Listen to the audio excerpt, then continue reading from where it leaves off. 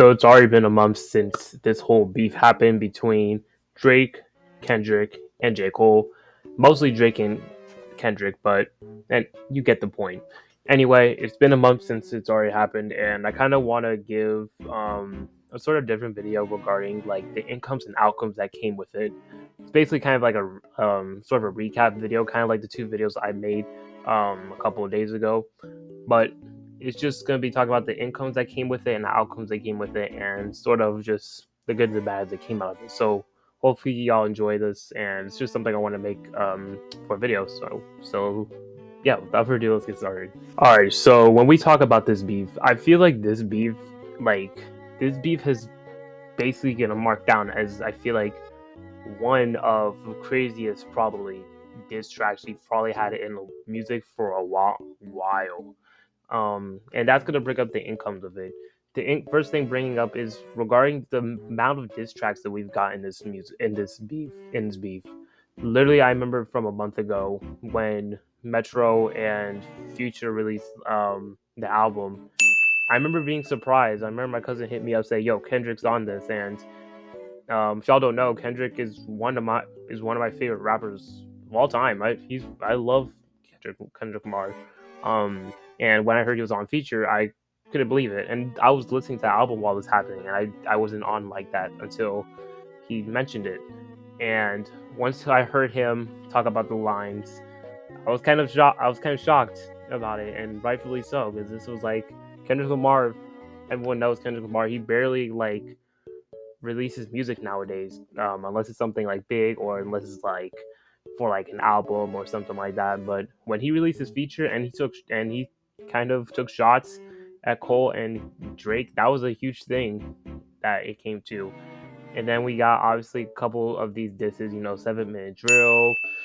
We got Euphoria, push ups. You got some of the Rick Ross's music disses, and of course you got the I guess the three like big ones.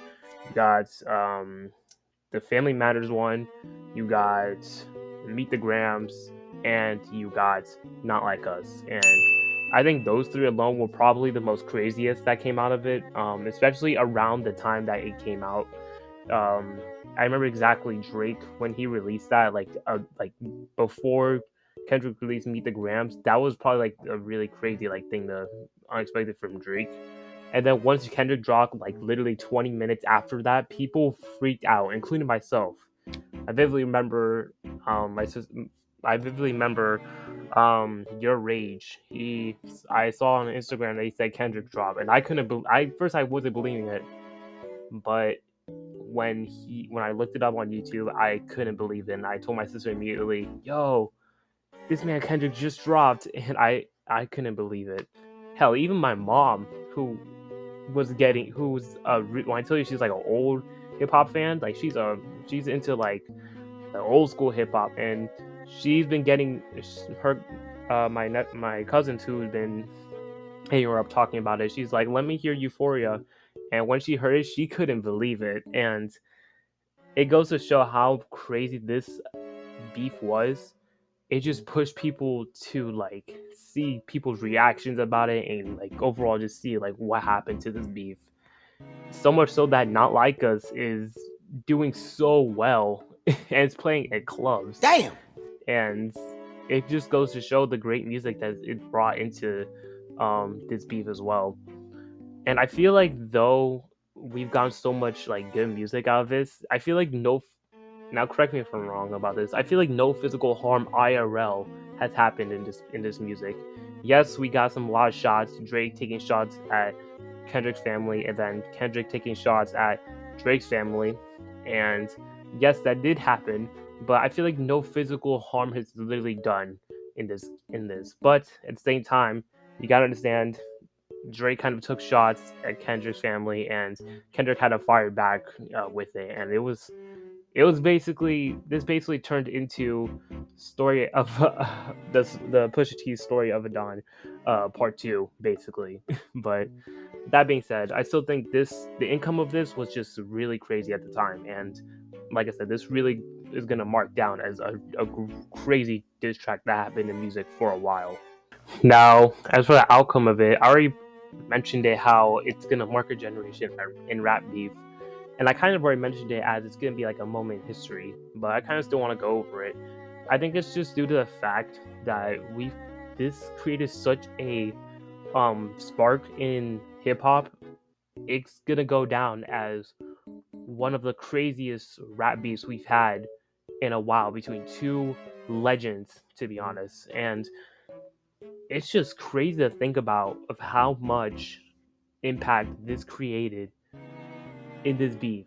I guess with them with J. Cole apologizing to Kendrick, with the Kendrick Lamar exposing Drake, saying he's hiding another child, and Drake taking shots at Kendrick, saying he put his hands on his girl, and so much crazy bars that happened in this. It was just beyond just crazy to think about, and this left like I feel like this is gonna 100% leave a legacy behind their back. Um, Clearly, Kendrick understand that as he had so many lines for Drake regarding him talking about the Pusha T diss that happened years ago, and Drake probably still got scars from that, and he probably still has some scars from them that beef, to be honest. But I feel like Cole also has like a sort of legacy behind that, because with this man leaving 7 Minute Drill, which, or not leaving 7 Minute Drill, but leaving the beef around, which honestly, at the time, yes, it was kind of a BS move, but now looking back at it, it was a really smart move to do, because it caused crazy stuff like this. Because if Cole would have gotten into the beef with Kendrick, I feel like his downfall will go down as like big. So kind of him stepping out that beef is kind of a smart decision on his end. Props to Cole. But yeah, this is definitely gonna leave a legacy like left behind them. And hell, even with like Metro and them getting into it, though they didn't like though the beef wasn't like as big with like Drake and them, as it was like a little like side little beef that they took shots at Drake at. It still kind of started off the beef, and it's gonna leave a legacy also between them. And this is just one crazy beef that I it's just good to be a hip hop fan, to be honest. Like watching this, it's just felt good. I remember texting my sister about it. I was like, "Yo, it's great to be alive. It's great to be alive to listen to this, because it just felt so fun just listening to them go back and forth with these diss tracks, and this was just so much fun overall." Now, on the line of it, can we just talk about real quick? I don't really want to mention it. Yes, I was listening to Drake's push-ups the other day, but while we're on the line of this, can we talk about these singles that Cole and Drake has been releasing? It's, it's just kind of hurts to see, especially without this outcome that it led to them. But especially from Cole, it kind of hurt a little bit, especially with this song. A lot of people are trashing his verse on this, and honestly, I can't blame him. This verse from Cole is kind of weak and kind of garbage, and God, it's it kind of hurts. But along with that, Drake ain't safe no either, because he has a song with like, which I believe it was um from a Toronto artist. Okay, I had to check. I had to find out. Yes, it was this one. It was Wang Guandanan, and this song,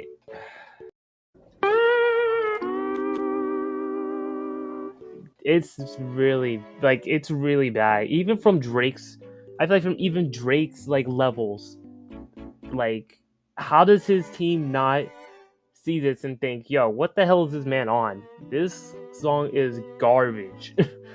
Rightfully so, and I'm glad people are trashing this, because God, this song was something else.